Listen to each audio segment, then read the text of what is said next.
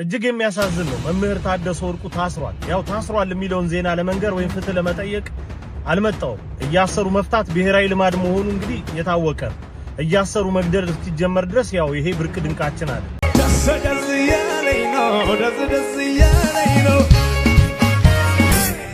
መስቀሉን ይዤ ተሸክሜ ጴንጤ ወደ ኦርቶዶክስ ሃይማኖቷን ቀይራለች የተባለችው አርቲስት ሰገን ይፍጠር ይቅደምልን እግዚአብሔር ይውጣው።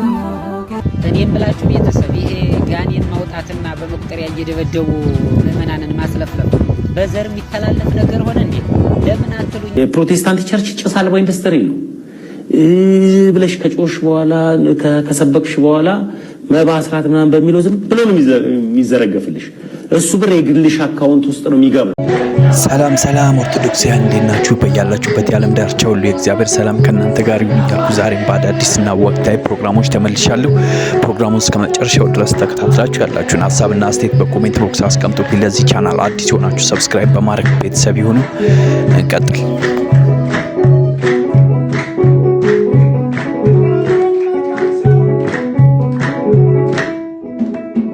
የሚያሳዝን ነው። መምህር ታደሰ ወርቁ ታስሯል። ያው ታስሯል የሚለውን ዜና ለመንገር ወይም ፍትህ ለመጠየቅ አልመጣውም። እያሰሩ መፍታት ብሔራዊ ልማድ መሆኑ እንግዲህ የታወቀ ነው። እያሰሩ መግደል እስኪጀመር ድረስ ያው ይሄ ብርቅ ድንቃችን አይደለም።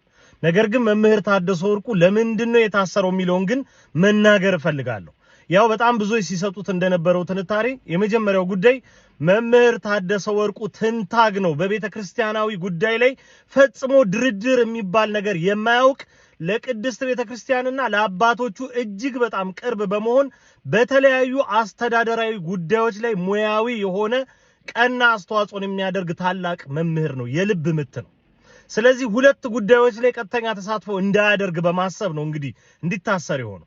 አንደኛው የዋና ስራ አስኪያጅና የጸሐፊ ምርጫ እንግዲህ በዚህኛው የሲኖዶስ ስብሰባ መኖሩ ይታወቃል። ስለዚህ የሆነ መንግስታዊ ጋንታ አለ በቤተክርስቲያን ውስጥ በሁለት ማሊያ እየተጫወተ ይችን ቅድስት ቤተክርስቲያን እየሸነሸነ በመሸጥ የሚተዳደር።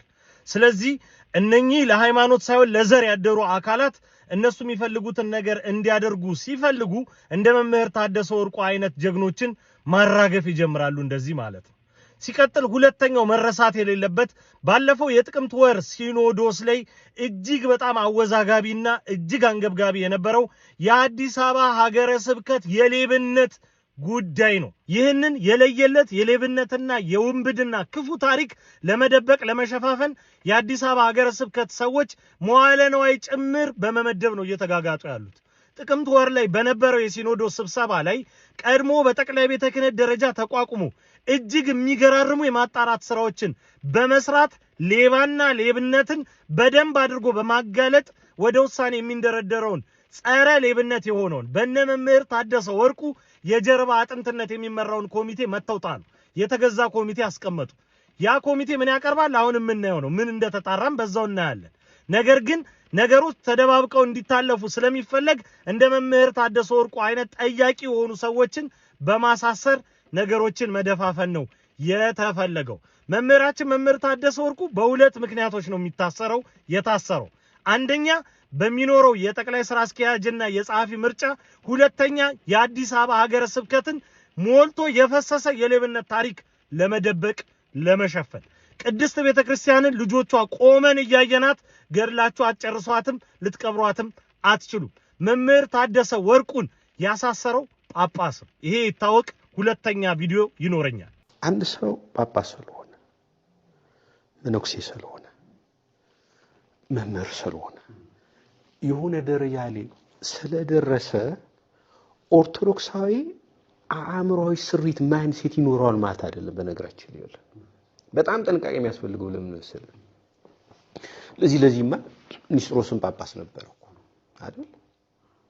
ይካዷል። ነገር ግን ሰው ምን መሰለህ በኦርቶዶክስ ቤተክርስቲያን ስለኖረ በኦርቶዶክስ ቤተክርስቲያን ከፍተኛ የስልጣን ማዕረግ ላይ ስለደረሰ ብቻ ኦርቶዶክሳዊ አረዳድ ይኖረዋል ብለንም መውሰድ በጣም ስህተት ነው። በነገራችን ላይ ግን እንዴት ነው የምንወስደው? መመኑ ለምን እንደሚደነግጠው አየመመኑ ተመልከት። በዛ ልክ በጳጳስ ደረጃ እንዲሆኑ ሲመጣ እንዴት ይሆናል ብሎ ነው የሚደነግጠው። ነገር ግን አንድ ሰው ኦርቶዶክሳዊ አረዳድ ወይም አእምሮዊ ስሪቶች እንዲኖረው ተመልከት። በጣም ፕራክቲካሊ የሆነ ኦርቶዶክሳዊ ላይፍ ሊኖረው ይገባል።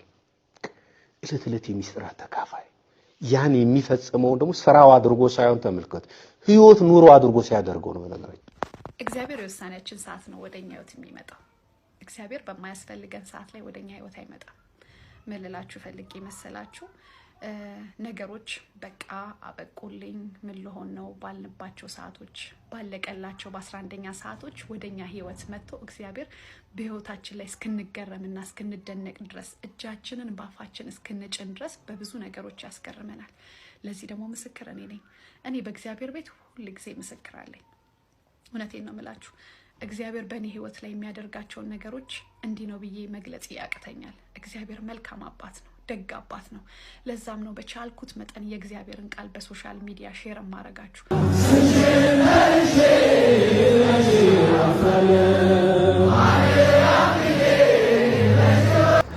እሺ ቤተሰብ ለዛሬ ያዘጋጀው ፕሮግራም ይህን ይመስል ነበር። ከወደዳችሁት ላይክ ማድረጋችሁ እንዳይረሳ። በሌላ ፕሮግራም ተመልሰን እስከምንገናኝ ቸር ቆዩ። መልካም ቀን።